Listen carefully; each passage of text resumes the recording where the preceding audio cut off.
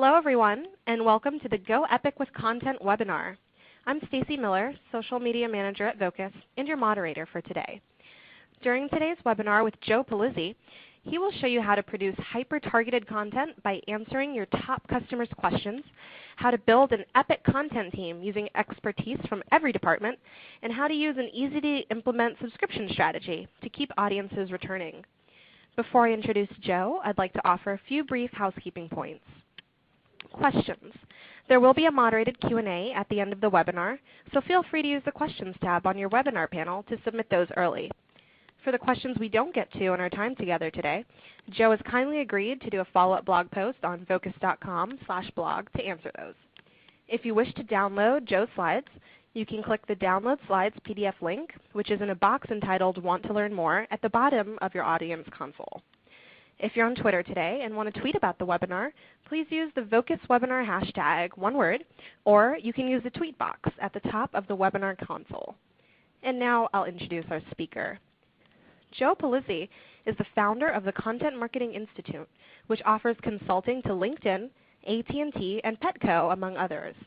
Joe recently authored Epic Content Marketing and has co-authored 2 other books. Joe has spoken about content marketing at more than 200 locations in 10 countries. And with that, I will turn the presentation over to Joe so we can get into some epic content. All right, Stacy. That was wonderful. Thanks for the introduction. Thank you, everyone, for attending today. I've got you for the next 40 to 45 minutes or so, and we're going to be talking about some epic content marketing. And then Stacy we'll bring her back afterwards. We'll do a little bit of Q&A at the end. But then again, I promised I'll get to all your questions, and if we don't get them on today, we'll make sure we get them in that blog post. So today we're going to be talking about 6 key insights, and most of these I'm taking from the book Epic Content Marketing, but I've got a little bit of new slant on some of it.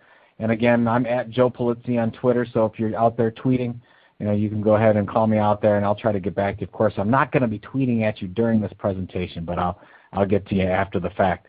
I'm the founder of the Content Marketing Institute, as Stacy was talking about. If you're not familiar with CMI, we put on basically help brands become media companies, and we do that through events. Our magazine, Chief Content Officer, we're probably best known for Content Marketing World, which is our big event held in September in Cleveland, Ohio, where we had 1,700 marketers from 46 countries coming in. So if that's something of interest, we'd love to see you there. We put on Content Marketing World Sydney as well, which is coming up in March of 2014. So anybody wants to take a flight down to Sydney with me, it's open for the ride. We'd love to have you. All right, today I'm going to talk to you a little bit about the history of content marketing. I'm a big history buff, so I like to talk about what's going on from that back. I think we can learn a lot from history. I'm going to share with you some research. And then I know that we've got a lot of people on the webinar today, and we have a lot of people from large companies, small companies, B2B, B2C, some nonprofit. So I've tried to mix up the examples so that everyone can sort of be familiar with somebody from their category. But I really do believe that the examples I'm going to talk about today can be relevant to anyone in any industry. So let's get started. The original content marketing program, and just think about this. Most people, when I ask them, they think that content marketing is this brand new thing that just came around in about 2009. But I like to tell them that the original content marketing program goes back all the way to 1895.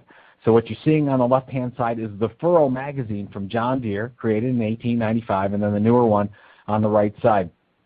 What's amazing about this, first of all, this is over 100 years old. So this is John Deere's initiative, and they said, look, we want to create long-term relationships with farmers, and how are we going to do that? And one way they did that was they said, we're going to deliver valuable information to farmers and how they can be better business owners and better farmers, and that's the Furrow magazine.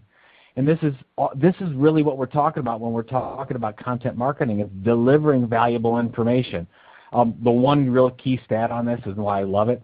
John Deere delivers the Furrow magazine to 1.5 million farmers in 40 countries in 15 different languages. It is the largest media property in all of farming industry. So just think about that. And that's what I aspire for you today. If you are a brand, if you're selling products and services, you can really position yourself as the leading informational provider for your niche, just as John Deere has. So I really want that for you today. And by the way, I don't have a lot of definition slides, but I do put this in because If I talk to, there's quite a few hundred on the call today, if I talk to all of you, you would each have a different definition of what you believe content marketing is. So here, look at content marketing from Content Marketing Institute. So basically we're talking about owned media. We're not talking about renting your channels like you would with renting somebody else's channels with advertising. We're talking about owning your own media channel. What are you trying to do? Trying to attract and retain customers by doing what? Creating and or curating valuable, compelling, and actually I should make this bigger. The most important word in this whole thing is consistency, consistent. If you were to ask me, Joe, why do most content marketing programs fail, I would tell you the number one reason is because they stop.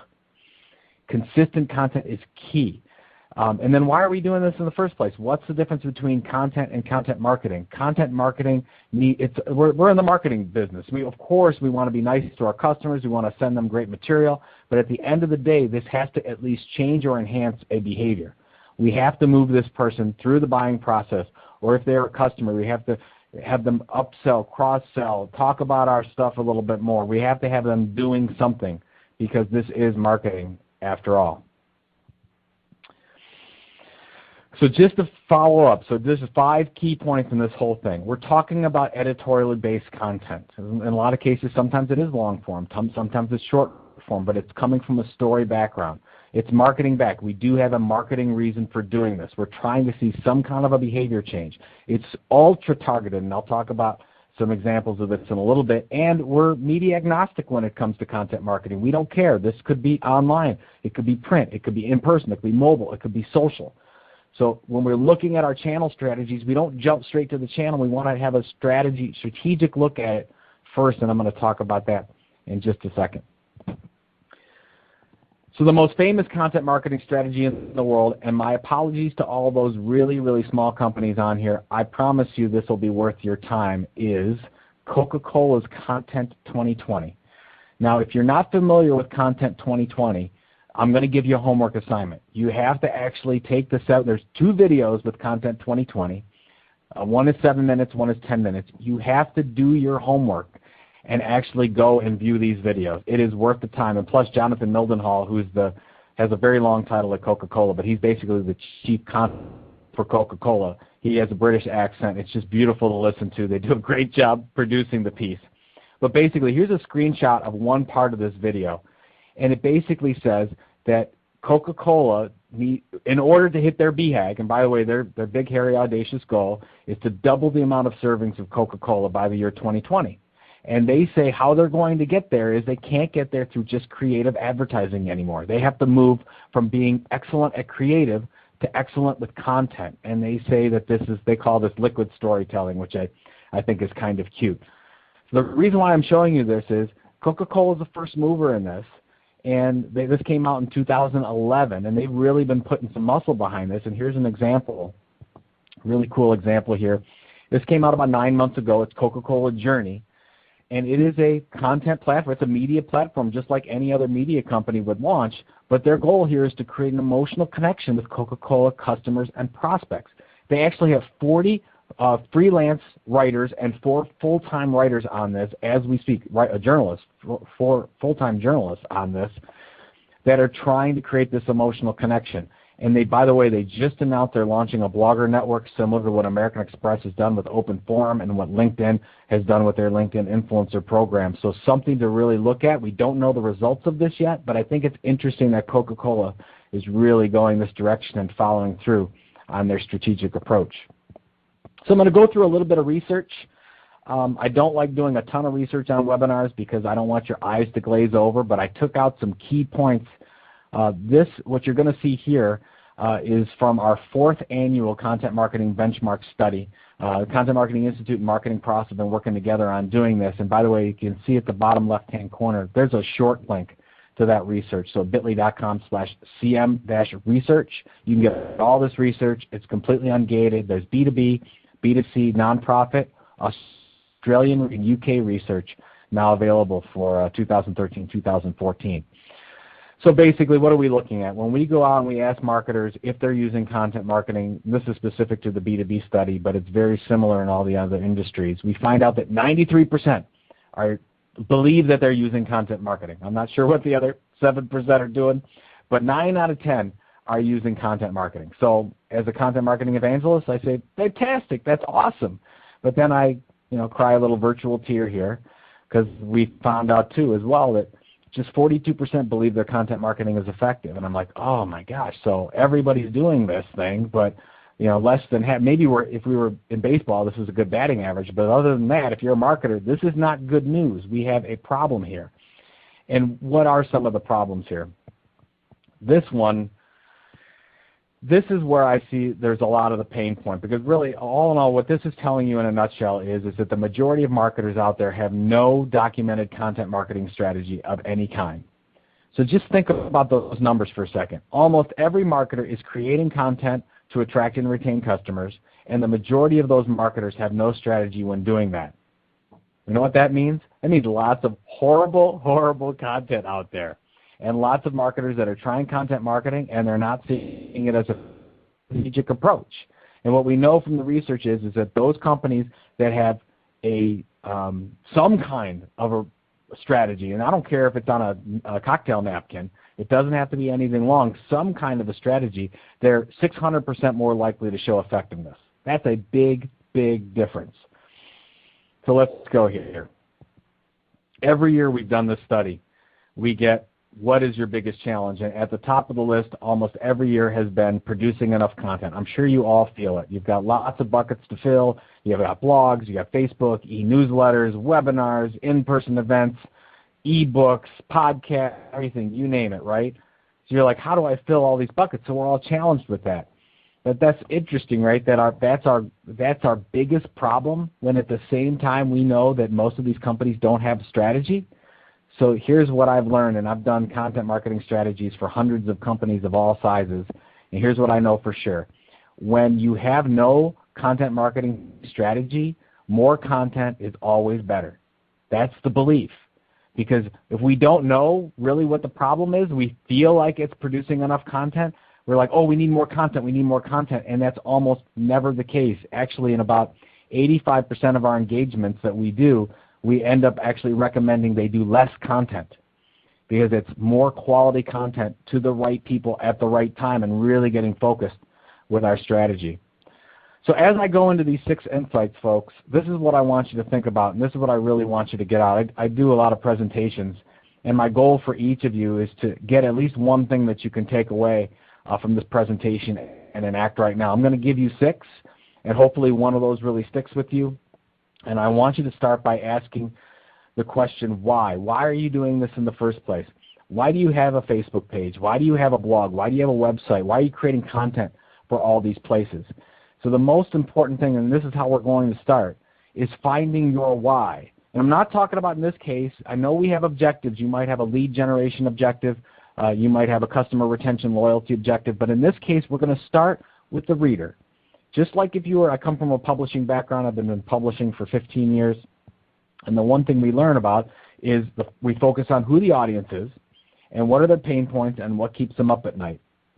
And what we've been working on, and this is from chapter 13 in the book, we talk about the idea of the content marketing mission statement. And what I'm going to do here, this first part, we're going to actually go through some content marketing mission statements, and then I'm going to have you create one so for your company that will give you a head start for your content marketing strategy. So this one, here's our first example. And so take a look at this, right? HomemadeSimple.com. If you're not familiar with Homemade Simple, you might look at this and say, oh, that could be from Martha Stewart. It could be from Real Simple. It could be from Better Homes and Gardens. It could be from Meredith, right? But actually, this is Procter Gamble. And what I love about this is this has been going on since 2003. So over a decade they've been producing this, and they've been producing recipes and organizational tips for the home. And what I love about it, they have more than 10 million people signed up to get regular updates and recipes from this site. How would you like to be Procter & Gamble? Or how would you like to have this example for your own company and you have 10 million people raise their hand and say, yes, please send me marketing material? That's exactly what we're doing here. Now, they have a content marketing mission statement, which if you're a publisher, it becomes an editorial mission statement. But let's look at what this is for them. Enabling women to have more quality time with their families. Now, what will you not find in the content of HomemadeSimple.com? You will not find 6-hour recipes. Why? because that doesn't meet the mission, the overall editorial mission of the publication. This is really important. So what I've seen happen over and over with content programs is somebody gets a keyword phrase, and you pass it to a freelancer, to an employee, and somebody says, okay, here's your keyword phrase, go create content.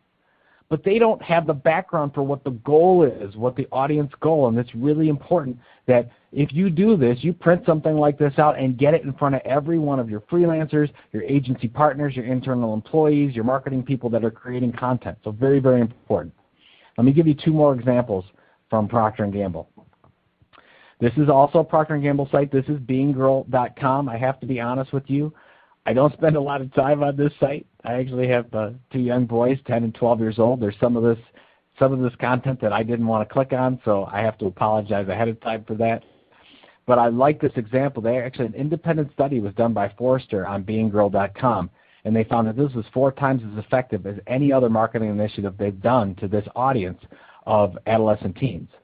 Now, they have a content marketing mission statement for this as well, and here it is. So enabling teens to be more confident with their bodies. That's their goal. So the content they create has to be in line with this issue. Now I'm going to go to a third Procter Gamble example. Here's one I'm much more comfortable on. This is manofthehouse.com, right? Or this is targeting somebody like me. Now, all you ladies that are listening in the audience, I want you to just think of what the content marketing mission statement would be for Man of the House. And I'll give you a second to think about that. And here it is. Helping men become better men. So this is the point in the presentation where we talk about setting realistic content marketing mission statements, right? They can't be done. We can't do this, but I am joking. The reason why I like to show this is Procter & Gamble cut this site. They killed it, and they killed it after about 18 months. So here's the thing. Take 18 months as a timetable. 18 months from a campaign mentality, that's a long, long time, right? That's a long time. From a content marketing standpoint, it's not very long at all. It's very short. So you got to remember that content marketing is not a campaign. Content marketing is a promise to your customers over a long period of time. When you start a content program, you never end it, folks. It takes a long, long time. We iterate it. We change it. We get feedback, but we don't stop it. It takes a long time to get that credibility back once we stop. And we're not inconsistent. We'll talk about consistency a little bit more later. Now for you B2B folks in the audience, I've got to include a B2b example. I'm heavy B2B side in my background. This is from Indium Corporation. Lots of love sent out to Mr. Rick Short. Great guy, marketing director, put this program together. And what they found out is Indium's more effective. They manufacture industrial solders. And what they found out is it's better for them in their sales process if they get engineers talking to engineers and they sort of remove marketing from the process. So they said, well, what would be a great content program is if we got these engineers to actually solve customers' questions about industrial solders. And so that's what they really focused this blog on, these 17 engineers that blog on a somewhat regular basis, and there is a managing editor helping these engineers, because engineers aren't the greatest writers usually, so helping them tell compelling stories and create an editorial statement of content marketing on this. So helping engineers answer the most challenging industrial solder questions. They're not talking to CEOs. They're not talking to CFOs. They're not talking to directors of HR. They're talking to engineers. So that's the focus. So if you do this, you might have multiple content marketing strategies. You usually don't have one for an organization because you got to think of it like you're a trade magazine and really focus on those informational pain points. And you need to be specific. So you have to go small to go big in content marketing.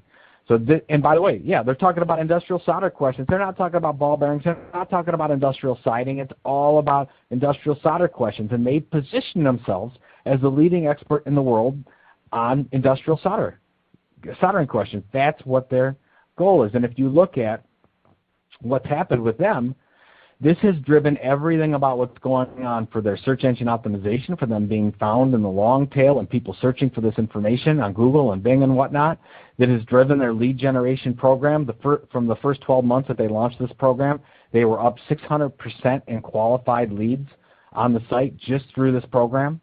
And then social media, you can't have social media work for you unless you have something interesting to say. So we've got to figure out what that interesting thing is. Remember, our customers don't care about us, our products, or our services. They care about themselves. That's like the first rule of content marketing. You've got to put away your products and services and realize, well, how can you cut through the clutter of all this stuff going on and these 13,000 marketing messages a day? You better have some really amazing information that's going to change their lives, help them get better jobs, whatever the case is. So the next insight that we're going to talk about is really to help you create this content marketing mission statement. As I just went through that for a long period of time, I'm going to go through this quickly and just show you an example of Inc. magazine. Now, I don't know how many of you subscribe to Inc. magazine. I'm a subscriber. I love to engage in the print publication. I get giddy when it comes in the mail. Still love the print. They have a they have an editorial mission statement. For you, it's your content marketing mission statement, and it's right on their About Us page. And let's take a look at it. So here is their content marketing mission statement. Welcome to Inc., a place where entrepreneurs and business owners can find useful information, advice, insights, resources, and inspiration for running and growing their businesses. Now, there's 3 key parts. So when you put together your content marketing mission statement, here's the 3 parts that you need to come through with. One is, what is your core target audience? In Inc.'s case, this is entrepreneurs and business owners. They felt that those 2 groups of people were close enough to put together for their content for their overall editorial strategy. So you have to figure out for who is your target audience you're talking to, right? Number 2, what are you going to deliver? You're not going to be talking about your sales and marketing stuff. God, I hope not, because nobody's going to show up. You're going to hear crickets. You've got to focus on, in this case, very useful information, advice, resources. Here's the most important part, folks. What is the outcome for the audience? So when you read Inc. magazine, what you get right off the bat, every piece of content you engage in is they're trying to help you run your business more effectively, grow your business, be more profitable. That's right in their mission statement here. And that's really, really important. So for you, every piece of content that you create, what are you trying to do for your customers? What is it? Are you trying to help them do something, learn something? What is it that's going to help them?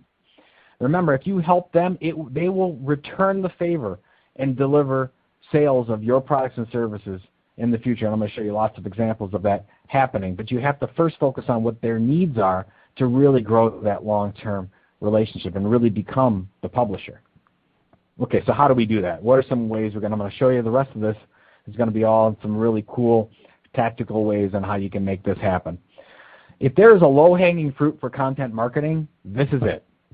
And in most of the industries that I see, this still isn't being done. And so there's a huge opportunity for actually answering customer questions. And this is my really, really good friend, Marcus Sheridan. He's the CEO of River Pools and Spas.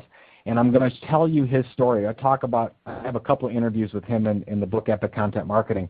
But I love this example of the power of, and a lot of you are probably saying, look, I don't have the budget of Coca-Cola. Well, you know what? You don't need one. This is a David versus Goliath thing that you can really win if you're David, believe it or not, because you can move faster than most large organizations can as well. So here's Marcus's story. So Marcus, River Pools and Spas, they install fiberglass pools. And let's go back to 2007. 2007, River Pools and Spas had $4.5 million in sales, and of that $4.5 million, they spent $250,000 in advertising. I don't know if you remember what happened in 2007, but it wasn't the best time to sell fiberglass pools, right? Horrible time. Now, what happened to all those people who reserved pools? They were going back to Marcus saying, Marcus, I need my deposit back because I can't pay the bills. I can't feed the kids. It was a tough time, the Great Recession. It was a tough time for most people. So, this was tough. And at the same time, so Marcus is battling, he might go bankrupt. He's having trouble making payroll himself because he's got to give back all this money. By the way, he was also the 5th largest company in his area. He's in Virginia, and of 5 competitors, he was number 5. And he's like, how do I compete with all these people? I can't outspend them. I don't know the sales. I don't know what to do. And in 2008, Marcus said, we've got to do things differently. We've got to do the opposite of what everyone else is doing and what was not happening. And what Marcus realized is that his customers had a lot of questions that weren't being answered, and he could do something a little bit different than the rest of his competitive set. So let's go to 2011, and I'll tell you how he did it. 2011, I love this story. sold more fiberglass swimming pools than any other pool retailer in North America. This is 2011. So it went from 5th in his marketplace in 2007 to number 1 in North America. Spent less on advertising, won 15% more bids, and cut sales cycle in half. Now, who does not want that? I mean, I want that. Those are amazing. So I'm thinking, Marcus, how did you make this happen? Tell me, my friend. And this was it. Created a blog, what they thought was the most awesome educational swimming pool blog ever, which is some really, really cool stuff. Just created a blog. I mean, blog was the tactic, but the strategy was we are going to answer every one of our customers' questions that nobody else is answering, and really, for the most part, focused on price. Because if you're looking for a pool, what's the number one thing you want to know, right? How much is it going to cost? What's the number one piece of information that nobody would talk about if you're a vendor? Price. So he said there's a big opportunity, and he started a blog about price and cost and what to look for and what's the difference between fiberglass pools and concrete pools and all that stuff. So he started, and it took a while to get going. So, he started in 2008. I heard crickets, right? That's why this is a marathon and not a sprint. And then you see, okay, well, in the summer months starts to get some traction. 2010 starts to look, middle of 2011, 75,000 visits per month. This is a regional fiberglass pool installer, folks, and he's seeing 75,000 visits. This is unbelievable. Look at this. This is from some of their analytics background that Marcus gave me the permission to show. So if you can see, these are basically keywords that they're targeting: fiberglass pools Virginia, fiberglass swimming pool cost, fiberglass versus concrete pools. They turn up number 1 every time for the most part. So they're dominating. By the way, there's their other competitive set numbers from a search standpoint. So they are dominating across the board. And I do this everywhere I go. So when I do some of these presentations and I talk about Marcus, I like to go into that. So I just did one in Richmond, Virginia. I just went to Portland, Oregon, and did a presentation. I always do cost of a fiberglass swimming pool, and I go check in Google, and every time they're number 1 everywhere in the world. And this is a small company from Virginia, and there they do. So right below the ads that people are trying to pay for that nobody's clicking on, there they are on fiberglass swimming pool price. And by the way, what's really interesting is that this blog post, so this is, you click on that, you go to this blog post, nothing flashy, right?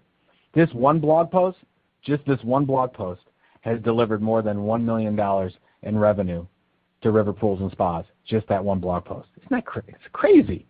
It's crazy stuff, but it comes from a larger strategy that worked really, really well. So that's like a low-hanging fruit opportunity, folks, that I want you to start considering. If you're not answering your customer questions, it could be a very nice content marketing program. And by the way, you can just sit down for an hour and just start scratching out questions. And if you don't know all the questions, talk to your salespeople, talk to your employees, meet with your customers, and get those questions. You'll in no time have a million ideas for what to put on your blog or what kind of content marketing program to look at. All right, here's number 4, folks. Get the content on the same page in your company. And this is, if you're a small business with one marketer, this may not be as relevant for you, but if you have silos like PR and marketing and people that you in your marketing roles that don't get to talk to each other very much, this is something I want you to pay really, really important. So I did a presentation about 9 months ago at an email marketing summit, and I talked to this is one of the largest travel brands in the world, and I talked to the woman that's running their email marketing. And I talked to her a little bit after the presentation, and she said, they send over 1 million emails a day. Some are content-oriented, and I'm really intrigued with it. I'm like, wow, 1 million emails, that's a lot, and how do you do that, and how do you create all the content? And I'm just starting to... And I said, here's what I said, how do you organize this and coordinate this with social media? Because I knew for a fact that they were doing a lot of social media content. Some of it was original, some of it was curated. And I'm like, how do you coordinate? Do you come from the same editorial calendar? Do you meet on a regular basis? What do you do? And she said, I'll never forget this. She said, I haven't been able to meet the person running social media yet, but it's on my list to do. Do you believe that? Just think about that for a second. Unbelievable that kind of disintegration, I guess is the best word for it. And then we're seeing this is the rule and not the exception in most organizations. So let's fix this, right? And I'm going to share with you a case from SAS. SAS is the largest private technology company in the world. They have a great example. They were having the same kind of problem. They were creating lots of content, lots of duplicate content was going on. They didn't even know it was going on. Nobody was on the same page with the overall story of the company. Social media was creating content, PR, marketing, email, mobile, sales, search. Everybody's creating content, had different content programs. And the content champion in that organization said, look, this has got to stop. So what we're going to do is we're going to meet together every Monday. And they started to do that. And they created a content ambassador for each one of these siloed groups and started to meet together. And immediately saw a return. Immediate, because they realized right away that, oh my God, there's 3 programs going on that were basically creating the same type of content when they didn't have to. They could have used each other and created better content, more consistent. They were telling an inconsistent story. So meeting on a regular basis is something really, really important that you need to start doing. Here's another one. Create your why for every channel that you're in. I talk to a lot of people that say, what am I going to do? What kind of content am I going to put on Facebook? I said, well, my first question is, why are you on Facebook? And a lot of them don't have an answer. So really, the first thing you got to do with all the channels, the average enterprise company engages in 17 different channels. Oh my gosh, are you kidding me? So think about, why are you on Slideshare? Why are you on Facebook? Why are you on your blog? What's the purpose of your website? All those things from a content marketing standpoint, answer that question, and it'll really get you settled and pointed in the right direction so you know where the ship is heading, so you understand what content you need and what content you don't need. Okay, I've got 2 more. This one's going to be about Kelly Services, and the next one is about my own case study that I'm going to share, and then we're going to finish her up. I'm all for repurposing and reimagining your content. I think it's fantastic. I think you need to do it, but I want you to plan for it up front instead of doing it after the fact. Let me share with you an example. So here's a content marketing approach. This is from Kelly Services. If you're not familiar with Kelly Services, remember the old Kelly girl? This is big industrial, outsource your human resources, Kelly Services.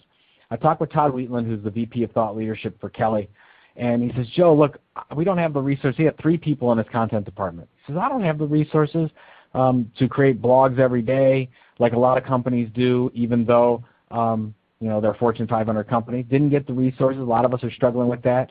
But he says, I've got 100 different keywords I need to target. I've got lead generation quotas to hit, just like I've got to hit these goals, and I can't do it through just creating all this content. I have to do it with a strategic approach. So the way that Todd does it is about every month they have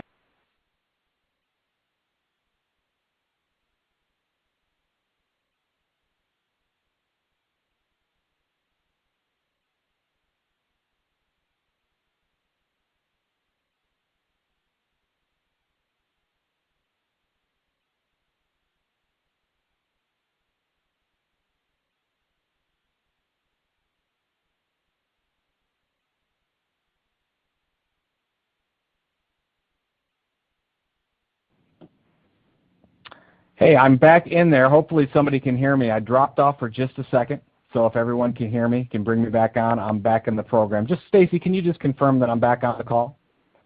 Yep, we hear you loud and clear. Okay. Sorry about that. Little meteor hit Cleveland, Ohio, and I lost connection for a little bit, but I'm back on, so we're going to keep rolling. Sorry about that. So Kelly Services, really cool study here, and I'm going to tell you how they did it. So they have a story idea, and they start with the story idea here, and here it is. So talent mobility. Here is an ebook that they do, and most of us what we do is we take a story idea, put it into a PDF, and we're like, okay, great. We're going to take this PDF, we're going to email it out to our customers, we're going to do a press release on it, and then we'll get the leads we get, and then we're rolling. Well, that's one story. What opportunities are we missing? Let's tell that story in multiple different ways, but most of us will say, hey, well, what we'll end up doing is we'll go and we'll try to repurpose that after the fact. Oh, it performed really well. Let's break this up and tell that story on Facebook, on Twitter, whatever else we need to do. Well, let's plan for it. And this is what Todd and his team at Kelly does. So they plan for this up front. So as they're doing this on talent mobility, they have 3 buyer personas that they're targeting. One is the CEO, one's the CFO, one's the director of HR. And so we want to tell that story differently. So they plan this up front. They get the editors involved up front instead of after the fact. So this is a much, much better way to do it. So let me give you an example. And how they're going to tell this in each channel to each one of those buyer personas. And they want to tell it 20 different ways, believe it or not. So here's the ebook, Talent Mobility, right? Okay, then we're going to go on. Here's how we're going to tell that story in Slideshare. Here's how we're going to tell that story in Pinterest. Here's how we're going to tell this story to the CEO. Here's how we're going to tell this story to the CFO, right? Kind of get the point. Here's how we tell this story to the director of HR. So it's really important that we start to plan for this up front, and we'll save so much time.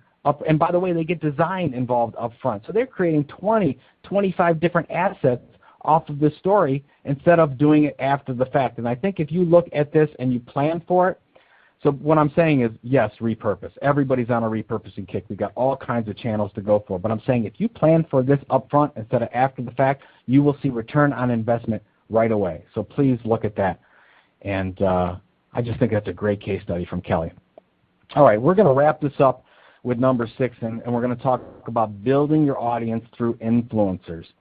And this is a case study that I'm completely going to share that we've done at the Content Marketing Institute. I want you to take this and steal it and use it for whatever you can, because if we don't have an audience for our content, none of this is going to work. So we have to build an audience. And I really love this case study. And we sort of lucked into a little bit of this, so I'll tell you sort of how the strategic approach worked. And we're going to start with something that we call the Social Media 411 plan. And I have to give a shout out to my friend Andrew Davis. Fantastic book that he wrote called Scaping. I basically stole this plan from him, so I got to give him a shout out that I stole it. We used it ourselves. So let me go through the details of the Social Media 411 plan. Here's how it works. And I'm going to use Twitter as the example, but you could use in your head if you have Pinterest, or you have Facebook, or you have LinkedIn, whatever those channels are, doesn't matter. But I think it's a really good one to use for Twitter as kind of the example. So let's 4 + 1 + 1, 6 tweets. So of those 6 tweets, what should they be? How much should be our own content? How much should be salesy? Whatever. So here's how we looked at it. 4 + 1 + 1. Let's start from the right. Tweet. That can be, you won Widget of the Year, Customer Service Program of the Year. You're awesome in some way. Now, a lot of people aren't going to share it, but if you've got product marketing folks, you'll get the product marketing folks off your back. That's your sales tweet. The one in the middle, that's your content marketing. That's your educational blog post, your webinar, your white paper. The 4, so 67% of the content that you're sharing on social media comes from influencers. Think about that. Do you do that? You've got to give to get in social if this is going to work and build your audience. You've got to focus on getting these influencers involved in your content so they end up sharing it. Let me share with you how this works. First of all, you need an influencer list. Well, you might say, Joe, well, what's an influencer list? Influencers, this is where your customers are hanging out when they're not on your site. These could be other bloggers. It could be media companies. It could be associations. God forbid, it could be competitors. And I want you to make a list. Now, we started with a list of about 40. You can start with a list of 5 to 10. Just start somewhere and get that list. How do you get that list? You could look at Google Alerts and get updates on your keywords. You could do searches and find out who's talking about what. You could look at Twitter hashtags. You could use a Twitter, whatever the case is. Focus on getting that 5 to 10 people and those influencers.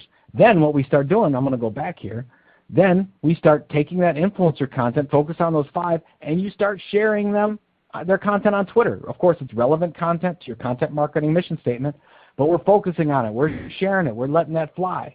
And you're tagging them on Twitter so that they know. They absolutely know that you're sharing their content. You're building a relationship with them without actually talking to them. Right, so these are the people. And then what you're going to do, you're going to bake them into your content. So we launched something. We started doing this, and we launched something in 2008 called the Content Marketing Playbook. Mind you, we had no audience. So we had nothing that we could really – we have nobody to send to. I think we had 3,000 subscribers at the time. It wasn't much to get the kind of impact we wanted to get. We wanted to build an audience. We wanted the people, the influencers' audience to become our audience. So how do we do that? We baked them in. So we started to bake the influencer content. Like, for example, Jay Baer, author of Utility, he was number 1 on our influencer list. And I said, and we put, Jay's on page 9, and Jay has a really good example in there, and we just let Jay know, hey, Jay, I want to let you know we just released this Content Marketing Playbook. Your stuff is on page 9. And you know what he did? He shared it. He absolutely shared it with everyone he knows. And we did this for 26 different influencers in the playbook, and you know how many of them shared it? 24. And we were able to get 50,000 downloads and more in a very short period of time, not because of our audience, but because we had been building a relationship with these influencers, and they wanted to share because we've been sharing their stuff. We've been found out what their pain points are, and we've been delivering on their pain points. So many companies put together influencer programs, and then they reach out to them right away, and they say, oh, would you write for us, or you're an influencer in the industry, and would you read my stuff and review my stuff? No, they're too busy. They're not going to unless you get on their good side. So make sure you do that. All right, that's part one. Now we want to actually get their information. We need to actually create our own audience. How do we do that? So we take them back to our site. This is our website. We used to have all different kinds of calls to action, and now we have one call to action, and we want that to be sign up for our email subscription. Basically, our whole goal of our blog and our website is to get and keep subscribers. That's what we want. So we want to make sure we change the call to action so when they come to our site, they sign up. Now here's a dirty little trick. I'm going to share with you a dirty little trick. I know a lot of you aren't going to like this, but it absolutely works. We use a popover.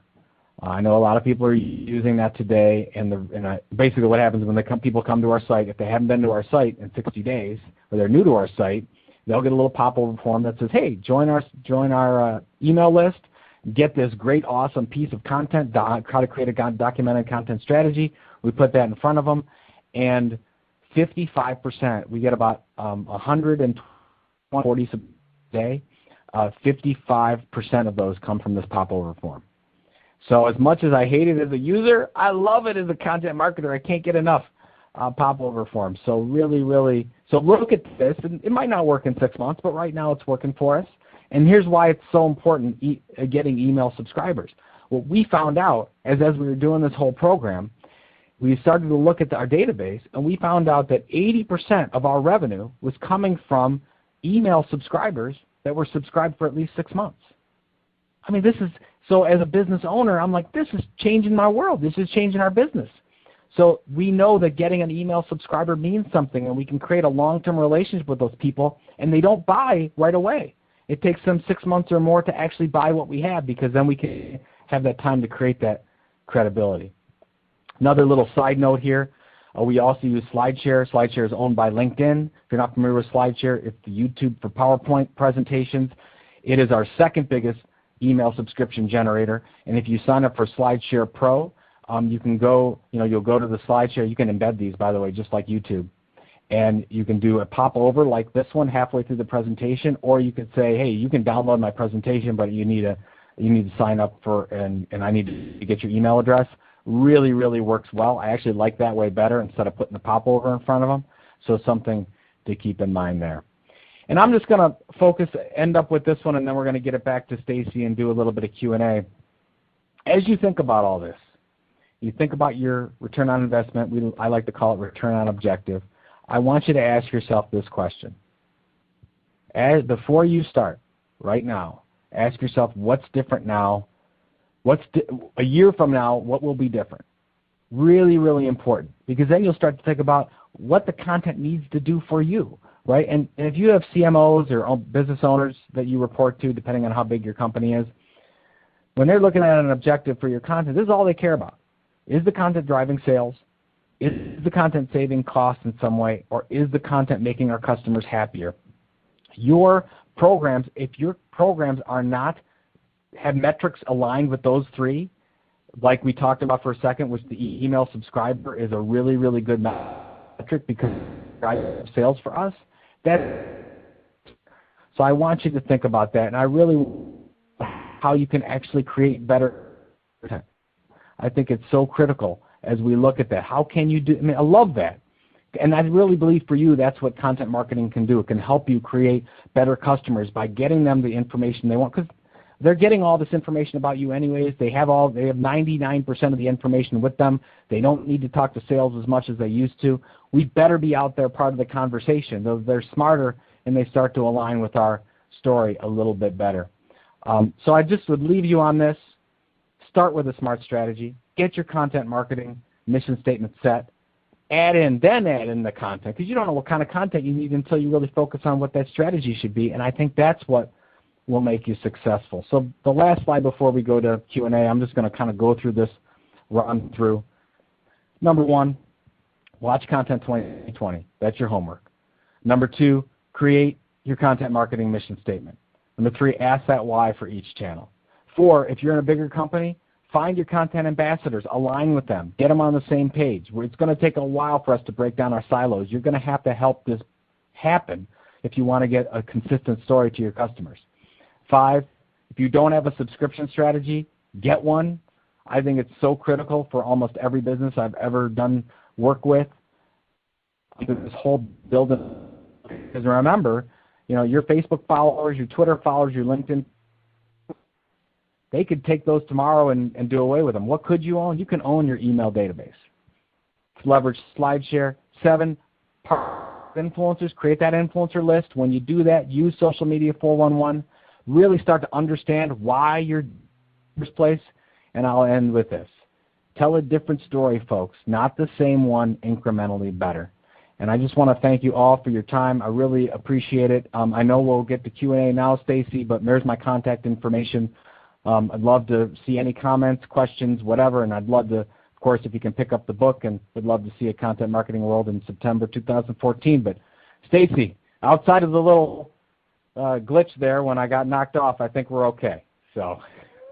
Yes, we are all good, and thank you again, Joe, so much for that great presentation. Right before we pop into that Q&A, we're going to quickly launch the survey that we have. Your feedback is very valuable to us, and we use that to determine our topics for future webinars and how we can improve them if we want to bring Joe back, which I'm sure we all do. So we would love if you can fill this out while you're still listening.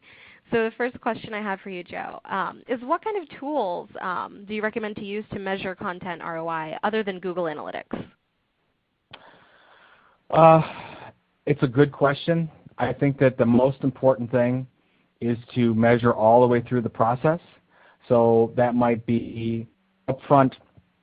You got to have, first of all, got to do the strategy of some kind. I don't care what that, you can use all kinds of tools to do that. We talked about reputation management services, Google Alerts, whatever you can find out most about and create an audience persona. And then once you create that audience persona and you're figuring out what your content is, you need some kind of an editorial calendar. So please use that editorial calendar as you go through. And then to measure it, I really do believe, if you're a small company, you don't need a marketing automation system. You could go marketing automation light, but you need that email system to work well for you. You need some kind of a social media management system to work through, and you need to take all that through from a marketing automation and make sure once you get that lead that comes through that you can take that lead, that subscriber, all the way through. Because if your buying cycle, by the way, let's say the buying cycle is 9 months. Well, if you're only measuring the 6, you're not measuring the whole buying cycle. You've got to measure it from start all the way to finish, and that's where a lot of people go wrong. And I think a lot of those tools can be done by our friends at Vocus. So a shout out to them as well on this whole thing. But I would say make sure you're measuring all the way through, and a marketing automation light type of system and an email system will really help you get that done. That's very helpful. The next question is about content curation, and would you say that it's valuable, and how do I do it? Content curation is extremely valuable. There are a lot of different services out there that will help you do that. Actually, if you're interested, we have a content curation report on the Content Marketing Institute site, and where we look at multitudes of vendors on that. But I think it's the strategy of looking at what types of content you want to share, how are you going to share it. The best example of curation is actually what we talked about with the influencer strategy. That's all curation. You just have to figure out how you're going to do it. I've seen it work effectively where you do an abstract and link on your site. You could do a curation strategy in an email newsletter where it's not all original, maybe the top articles original, then you might have 4 or 5 news articles that are curated. You could do it as simple as I'm going to pay attention to Twitter hashtags and Google alerts. You could have a formal listening tool. There's lots of listening tools out there that you could look at. But I would say the most important thing is get the strategy right, and I think it's the sharing that's the most important. I think that's where curation can kind of fill in the gaps where you say, look, here's where we tell our story really well. let's say you're an IT company and you're really good at talking about implementation of cloud services, and that's where you're really great. But some of the outliers and maybe the different industries you're not, and that's where you could go out and curate that content and kind of tell the whole story without having to go out and do that. The other thing I would say is not really curation. It's on what Andrew Davis called brand scaping. Find partners, not competitors, but let's say partners that are targeting the same audience as you, and contact them because they have content needs too, and you're targeting the same audience. You could kind of pool resources and expertise together.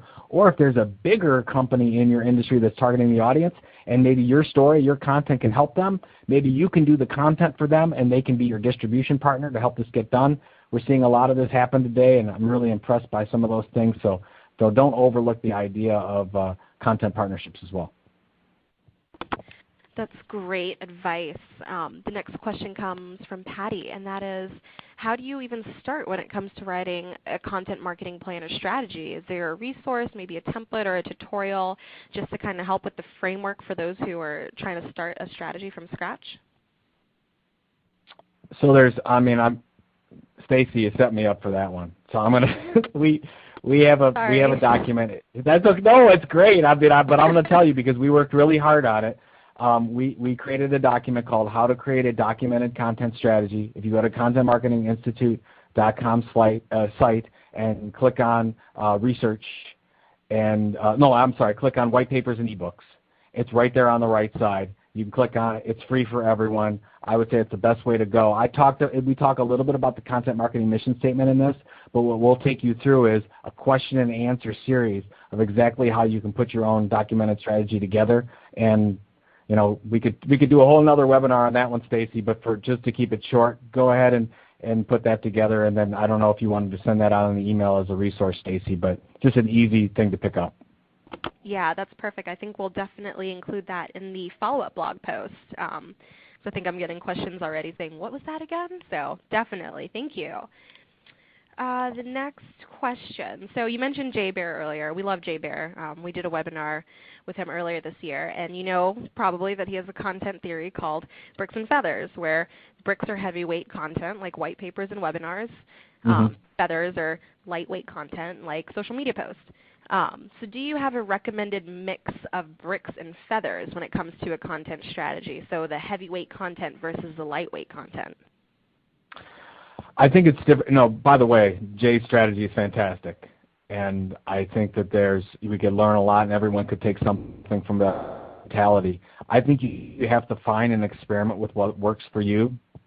Like, for example, with Content Marketing Institute, we think about our feathers as our daily blog posts. Some people would think about them more than feathers because Jay, as you talked about, could say, oh, this is curated social media posts as well. Our bricks are monthly ebooks, big bang-out ebooks that are evergreen industry resources, but we still need that daily content to keep in, just like a media company does every day, so that they don't forget about us and we're delivering value every day. I think you just have to figure out what those are and then execute what you can. If it's a quarterly, if it's monthly, whatever the case is, just get to consistency. So if you're just starting, whoever asked this question, if you're just starting it, I would say make it simple and make it something that you can commit to. So let's say it's 3 blog posts a week, a weekly or biweekly newsletter, and maybe 1 white paper and ebook a quarter. That's a very simple system that most people can do. And works well as long as it's in line with your strategy, because remember, we want to pull that subscriber in, so we need something around email. We need something daily or every other day to make sure that we're hitting our search engine goals and hitting our lead generation goals and drawing people to the site. And at the end of the day, we probably need that gated vehicle, even though most of the content we want to ungate. We want to let free, we want to make sure it's shared, but there's some pieces, at the end of the day, we do want people to sign up and get our stuff. So we want to, actually, Jason Miles, who's the author of Instagram Power, he calls it an ethical bribe. I'm going to give an ethical bribe in the form of a really good piece of content and a white paper to get their email address, something like that along the way. So I love what Jay said, absolutely right. I would just say there's no one silver bullet strategy. You have to figure out what those informational needs and pain points are and work that whole strategy as you go over. Ask the right questions, and you'll find out what makes the most sense from a content product, a content frequency, and what that content really looks like at the end of the day. Great. And also speaking of someone else we absolutely love, Marcus Sheridan, I feel like he's mentioned in pretty much every Vocus webinar by every speaker because he's so fabulous. Marcus is really lucky with this whole content marketing story. He worked really hard, but this is his business. And some marketers can't answer some of those questions such as price or common problems because it might just be in the company plan. It might be executive decision making. Do you have recommendations on other kinds of content that we can create? Yeah, it's a really good, Marcus is a big old teddy bear. So I love what he's been able to do. But you're right, he was an owner, so he's pretty much able to do whatever he wants, talk about whatever. Same as me. I mean, I could talk about whatever. Nobody's going to yell at me because at the end of the day, it's my fault. So what are you going to do? If you are a marketer and you've got to report into people, I think that's where you really have to do an audience persona. And what I mean by an audience persona is to really figure out, who is my customer? What do they look like? What do they do every day? What keeps them up at night? Have a really good feel for that and focus on what their pain points are. And where I think most marketers go wrong is they try to go big. They're like, oh, okay, we're in the information technology industry, so we're going to talk about the state of information technology, and they go really broad with their content because they feel they want to get more people. It's actually the wrong way to go to get more people. We want to go really, really super small. So I'll give you an example. We talk about this in the book on pet supplies. Let's say that you are a pet supply store, and so you're going to start a blog or a content program on pet supplies. Well, I think the pet supplies industry is dominated by Petco and PetSmart and a number of other pet companies, and you won't be able to compete with that. They've got millions and billions of dollars. So let's really look at what a core audience target is for you, maybe number one or number two, that you're generating a significant amount of revenue, or that you see it with a content opportunity, and you could really be the informational expert. So let's take, okay, well, I'm going to target elderly Americans in the southeast United States that have pets, they have dogs, and they like to travel with their dogs in RVs. Now you might say, Stacy, that's way too focused. And I would say that might not even be focused enough. We want to be so focused on our audience, and that's why when we work with even small companies, sometimes you have 5, 6, 7 different mini content marketing strategies because we've got to think like media companies. We can't boil the ocean. Look at the media companies today that are struggling. It's the big, broad newspapers. It's the big, broad magazines that are talking about everything. But what are the ones that are successful? The niche magazine industry, it's actually doing really well. Why? Because they're covering a very small topic really, really well, and they're serving an audience and a community that really needs that information. So that's exactly what I would do. And Marcus was able to do that with fiberglass pools, and he could do some things on price that we can't do, but that doesn't mean we can't cover a niche topic better than anyone else. Thank you for that answer. And it looks like we have time for just about one more question. And so earlier in the webinar you defined what content marketing is, and that 93% of people said they're doing content marketing or what they think is content marketing. What isn't content marketing, or are there any misconceptions about content marketing that you might want to smash here at the end? Oh, I'd be happy to. I go on rants about this on quite a few occasions. I call it clever advertising. And by the way, there's nothing wrong with it. I just want to make sure that people understand the practice of content marketing is a consistent content program over time to a very specific target audience. So if you create one viral video, like the what's the shaver? I can't remember, Stacy. It was the shave. The Dollar Shave Club? Dollar Shave Club guy. Thank you very much. The Dollar Shave Club guy, that's a great example. They did one video. It went viral all over the place. A lot of people said, oh, that's content marketing. No. That's just clever advertising. It's fine. If you want to do, Chipotle's big video that got all viral, I probably could make a case that it's content, but it's really not. It's really clever advertising for the most part. So when you talk about these one-time programs and things like that, or if you really call it a content campaign, it's probably not content marketing.